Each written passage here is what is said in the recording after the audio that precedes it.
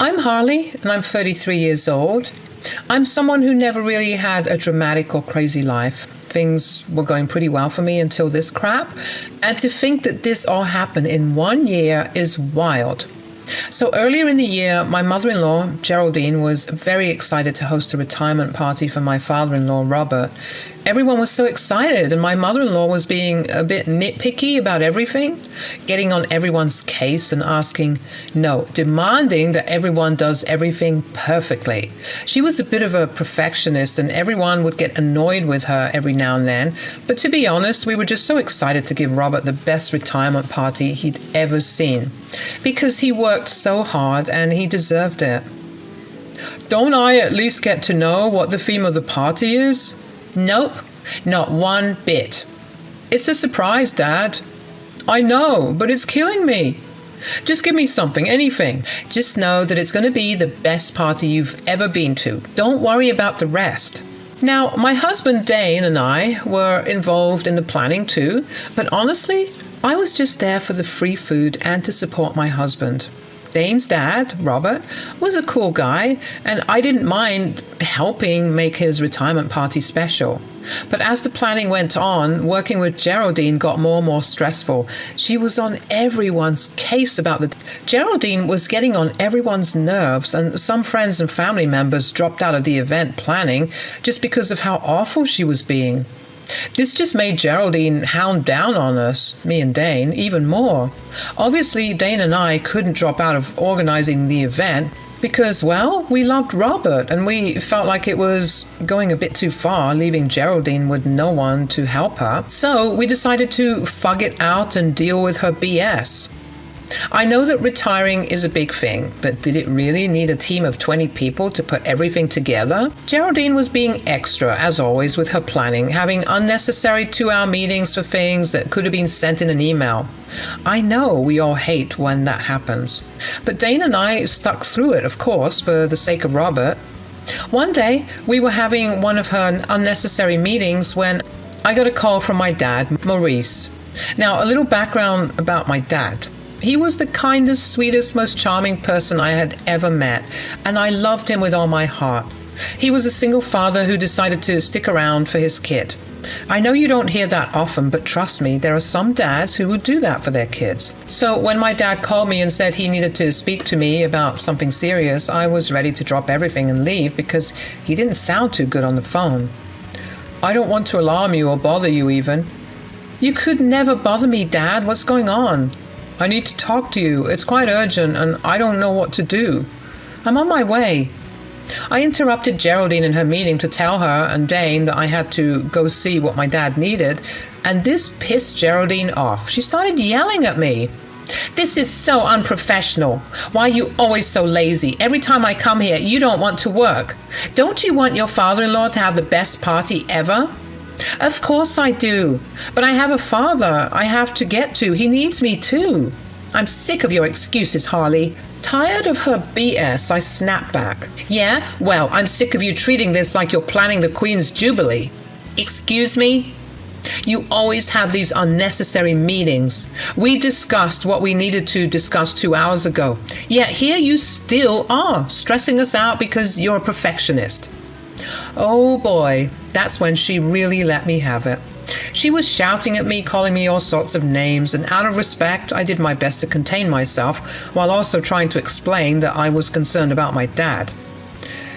Dane was telling his mom to calm down, but she just started yelling at him too, saying some things I never thought a mom would say to their kid, and that's when I said, "Forget this, I'm leaving. Take me out of the group if you want to." I slammed the door behind me and I could still hear Dane and Geraldine arguing when I was getting in my car. I drove as fast as I could, feeling this sinking feeling in my stomach. I didn't know why, but my gut was telling me that I was about to get some horrible, horrible news. When I got to his place, I found him in tears, and this instantly broke my heart. In my 33 years of living, I had never seen that man cry, so I knew that this was something serious. "I'm dying, Harley. They told me that I'm dying." He said that the doctors told him he had lung cancer and that he had 2 to 3 months left to live, if that. It felt like my whole world was crashing down. How could this even happen? I told him to tell me everything he knew, and he went on to say that one day he wasn't feeling well, but he was putting off going to the hospital until it was getting hard for him to breathe. When he went to the doctor, they told him that they found that he had lung cancer. I didn't even know what to say. My rock was on the verge of dying, and I racked my brain for every possible solution I could think of just to help him in any way I could, because I couldn't imagine a world without him. We both broke down and cried in each other's arms that day. I didn't know how else to feel. I didn't think that anything like this would happen. It turns out my dad had a pretty weak immune system, which is why they didn't give him long to live. I spent the rest of the day just hanging out with him, spending time laughing and crying and reminiscing on the good times. When I got home late in the evening, I was met with Geraldine, who was still very pissed. Apparently she expected me to come back home 4 hours earlier. Whoops. Because I was already feeling sensitive considering the horrible news I got earlier, I just broke down. Dane immediately came up to me and asked me what was wrong, and I told him the news. "What's going on, babe?" "It's about my dad. He's sick." "Oh, Harley, I'm so sorry. What happened?" "Oh, come on, Harley. People get sick all the time. It's not the end of the world." "Geraldine, this is serious. My dad has lung cancer, and the doctors say he doesn't have much time left." "Well, I don't see why we need to make such a big deal out of it. People survive cancer all the time." "Mom, show some damn compassion. This is Harley's father we're talking about." "That was such a rotten thing to say." "Maybe, but it's true. We have more pressing matters now. Besides, haven't you heard those stories where the doctors say some crap like, 'You have 2 weeks left to live,' but the person survives?" All I'm saying is, don't believe everything that you hear. "Mom, this is not the time for your bullcrap. Show some empathy." "I won't be yelled at by my own son." "Well, maybe it's time you left. Harley's going through hell, and we don't need your negativity right now." I should have known a wuss like you would take her side. Whatever. You two are useless anyway. I'm leaving. In the following weeks, Geraldine slipped back into our lives like a shadow, never acknowledging the hurtful words she had said to me during such a vulnerable moment. She went back to her usual meddling and micromanaging as if nothing had happened. Typical Geraldine. Then one day, Dane and I received a call from Dad. His voice trembled as he explained that things were getting worse, urging us to meet him at the hospital. Panic set in, of course, and Dane and I rushed to his side. And when we arrived, the sight of my father, frail and connected to all these thingamybobs and tubes, made me so scared. The doctors were baffled as well, wondering why my dad had declined so quickly, and their uncertainty only made things worse for me and Dane. Dad, weak but still trying to reassure me, struggled to speak. The tears were just streaming down my face uncontrollably. I clung to every moment, fearing it could be our last. The medical staff advised us to not speak to him as much as he needed to rest, so Dane and I stayed by his side, crying in silence. We ignored Geraldine's calls, and even after we told her that we were at the hospital with my father, she continued to call and bother us. Those weeks at the hospital were like a never-ending roller coaster, and every day felt like a mix of emotions. My dad was hanging on to life, and I was caught between the reality of losing him and the stupid stress of the retirement party. It was a juggling act of emotions, one moment crying in the hospital room and the next putting on a fake smile for Geraldine's sake. Obviously, my involvement in the planning was dropping, and Geraldine's anger only grew. She just couldn't comprehend that my world was falling apart. I've honestly never met someone more cruel. I didn't have the energy for her perfectionist whims, and some days I just didn't hide it at all. This wasn't about decorations or party favors. It was about watching my dad slip away. Then finally, the day of Robert's retirement party came. Geraldine, being the queen of the event, seemed a bit more composed and relaxed. It was showtime for her stupid, redundant planning, and everyone was feeling the excitement except me. While they were setting up the champagne and some last-minute decorations for Robert, I was thinking about my dad. Of course, Geraldine gave me crap for how I was acting. She expected me to be the life of the party and to match her enthusiasm. If only she knew the struggle of keeping up appearances when your world is falling apart. Dane tried to stand up for me, and bless his heart, but every defense was met with a verbal attack from his mom. It was like a bad dream, caught between the surreal celebration and the painful reality of my dad's deteriorating health. I felt like an actress on a stage playing a role and smiling for the audience while crying behind the scenes. Then this bad dream turned into a full-blown nightmare. The night took a dark turn when the hospital called saying things didn't look good for my dad. They wanted me there to say goodbye, using that machine thingy, the ventilator, to keep him going, because without it, he might have been gone sooner. It hit me like a ton of bricks, and I hurriedly grabbed my stuff to rush to the hospital. But just as I was making a beeline for the door, Geraldine, the party maestro, blocked my way. "Where the hell do you think you're going?" I told her what the nurse had told me, explaining the urgency that every minute counted, but Geraldine, lost in her own world of perfect parties, wasn't having it. Instead, she started yelling, insisting that I stay because the party was more important than my dad dying. At that moment, shock met grief. How could someone be so heartless? How could she care more about her perfect party than my dad literally dying? It was a level of cruelty I just couldn't wrap my head around. How could you say that, Geraldine? What the hell is wrong with you? What the hell is wrong with me? What the hell is wrong with you? I've asked you multiple times to stay here and help me host this party. Well, everything seems to be going well on this side. Why do you need me? Because it's all hands on deck, Harley. I know you wouldn't understand this, but I love my husband enough to throw this party for him. Everything needs to be perfect. I forbid you from seeing him. You forbid me? Yes. I'm not going to let you or your sick dad ruin this for me. I mean, Robert, don't you dare leave. I don't have time for this crap. I'm leaving whether you like it or not. I stumbled towards the door, Geraldine still yelling behind me, turning our disagreement into a public spectacle. So much for having the perfect retirement party, right? Why would she cause a scene at something she's been working on for months? It just didn't make sense. I was starting to think that this whole thing wasn't even for Robert, but just something that she could show off to her rich and fancy friends. When she was yelling at me, she made it sound like I was the heartless monster. And when I glanced back at Dane and Robert, they looked concerned. They knew about my dad's situation, of course, so I'm sure they didn't mind. In fact, the only person who seemed to mind my absence was Geraldine. Dane tried to join me on the mad dash to the hospital, but his mom, of course, stood in his way, starting an argument with him. Time wasn't on my side, so I couldn't wait for them to sort things out. I needed to get to my dad ASAP. Rushing to the hospital, I found him looking weaker than ever. Every cough seemed to rack his body with pain. He couldn't even speak, and I knelt beside him, tears streaming down my face. It felt like the entire world was collapsing around me. In that heart-wrenching moment, I knew I was losing my dad.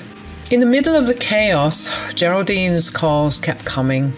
Annoyed and grieving, I blocked her number. Wanting to spend whatever time I had left with my dad, I poured out my heart, telling him how much I loved him and how I'd missed him. Minutes later, his heart monitor flatlined and he lay completely still. My dad was gone, leaving an emptiness that seemed impossible to fill. I couldn't stop crying. As I grieved, someone touched my shoulder. It was Dane, who had finally made it, and he was crying too, and he held me close, whispering apologies for everything. After the nurses solemnly came in to retrieve my father's lifeless body, Dane and I had no choice but to step outside. The sorrow that had gripped me now twisted into a fiery anger. I seethed at the thought that Geraldine's relentless pursuit of her perfect party had robbed me of precious moments with my dying dad. Expressing my frustration to Dane, he admitted he was just as pissed with his mom for her thoughtless actions. As we sat in the hospital, waiting to gather my dad's belongings, a surprise visit unfolded. Both Robert and Geraldine showed up, seemingly to pay their respects. Robert, of course, looked sad, but Geraldine just looked pissed as usual. A bit too little too late, Geraldine. "Harley, why didn't you tell me that this was the situation? I didn't know it was this bad." "Yeah, well, I was kind of pinched for time and I didn't want to ruin your beautiful party." "It was already ruined when you decided to leave." "Geraldine, stop it. You've been so insufferable lately. If I knew that this was happening, I would have cancelled the party altogether." Uh-oh. That didn't sit well with Geraldine. She began complaining about the time it took to sort everything out, and the tension escalated into a full-blown argument. I had always sworn I wouldn't be one of those annoying, dramatic people who fight in public. Yet, here we were, caught up in a scene that felt straight out of a soap opera. I couldn't help but notice the curious glances from onlookers as our family drama unfolded in the hospital corridor. "You think the whole world revolves around you, huh? Morris just died, Mom. What is wrong with you?" Geraldine went off on Dane as usual, throwing names and questioning his worth. Finally, he had enough of her verbal crap. He straight up told her he was done with her and didn't want her in his life anymore. Robert tried to step in, but Dane stood his ground. He made it clear Geraldine wasn't welcome and it'd be better if she left. She probably thought he would let things slide and that he was being dramatic, but Dane wasn't having any of it. I was also surprised by how serious he was. He firmly pointed towards the exit and she stormed out of the hospital. And then the unexpected happened. On her way home, apparently Geraldine got into a serious car crash. Turns out she was speeding and not paying attention, resulting in a nasty collision with another car. Dane and I only found out later in the night as we had left the hospital and were getting ready to plan my dad's funeral. We had planned to spend the rest of the night just grieving and taking things easy when Robert called us with the news. "You guys need to come to the hospital quickly. I'm on my way right now. The paramedics were saying that she's broken a lot of bones. One of her ribs punctured her lungs, and they're saying it looks like she doesn't have much time. Please, hurry." We cut the call, and we were just trying to wrap our heads around what was happening. This was a lot to take in. I mean, I literally just said goodbye to my dad earlier in the day, and now this? It was all so crazy. I got up, getting ready to do what Robert said, and when I saw that Dane wasn't even getting up, I looked at him, confused. "I'm not going to the hospital, Harl, and you shouldn't either." "What? Didn't you hear your dad? Your mom might not make it." "Doesn't matter to me. She's always treated me like crap. Why should I care if she's dying?" "I know you two have had your issues, and I know today wasn't easy, but Dane..." "I'm being serious, Harley. I don't want to see that woman." It sounds crazy to say, but he was being serious. He didn't care about his mother anymore. He said she was already dead to him, and he meant it. Cold, right? I tried getting him to come with me, but he just wouldn't budge. So I had to leave him at home like he wanted and made my way to the hospital. When I got inside, I dashed straight to the emergency room where Robert and Geraldine were. Geraldine looked like a complete wreck, wrapped up head to toe in bandages, tied up to all these tubes. I'm not going to lie, it was really triggering considering my dad looked a bit like that not too long ago. I felt heavy, and being in that environment was not good for me. What made matters worse is that she wasn't her usual bitter and pissy self. I had never seen her act like this. She was frantic, and she looked like a hurt, lost puppy. Understandable, given the pain she must have been in. But it was just odd to see her mask slip because she clearly wasn't expecting this. When she spotted me, she burst into tears. "Oh, thank God you're here." Thank God? Yeah, she was really scared. "I don't want to die. Oh, God, Robert, please, I'm so sorry for everything. I don't want to die. Please, I promise to do better. I promise I'll be less of a nuisance." "Shh, my love, just rest. It will all be okay." "Oh, my God, where's Dane?" The whole situation felt like I was stuck in some family drama I never signed up for because now I had to be the one to break the news to them that their son was not coming. This revelation hit Geraldine like a ton of bricks, and Robert just looked hurt. Really? I thought he was parking the car or something. Nope. I tried to get him to come, but he said he was being serious earlier when he said that he no longer wanted to be in Geraldine's life. What? How could he say something like that? Call him. Robert tried to call Dane, but he kept rejecting the calls. That's when Geraldine realized that she had lost her son and she didn't have any time left to get him back. There was some awkward silence in the room after that, and I wanted to crawl in a hole and die. I can't believe he doesn't want to come. He's being dramatic, right? How could he not want to see me?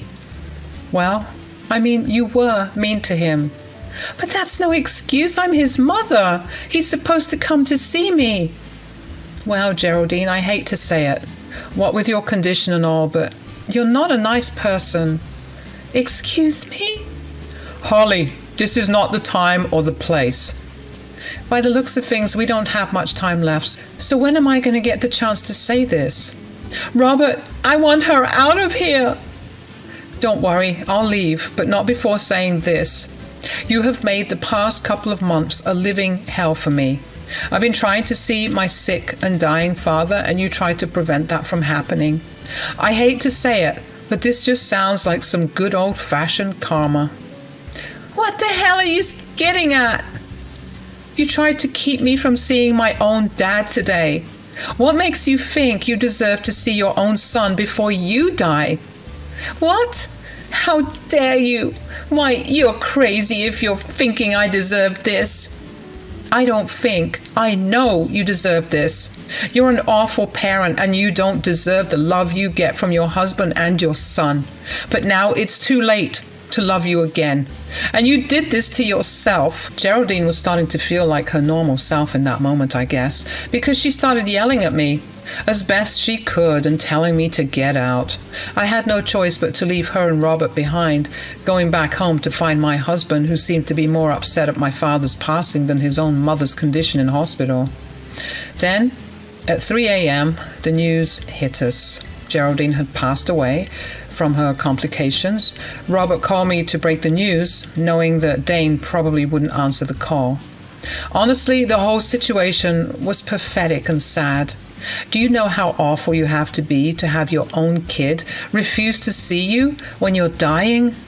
I know she must have felt like absolute crap, and not just from the broken bones, but from knowing that she didn't have her son by her side on her own deathbed.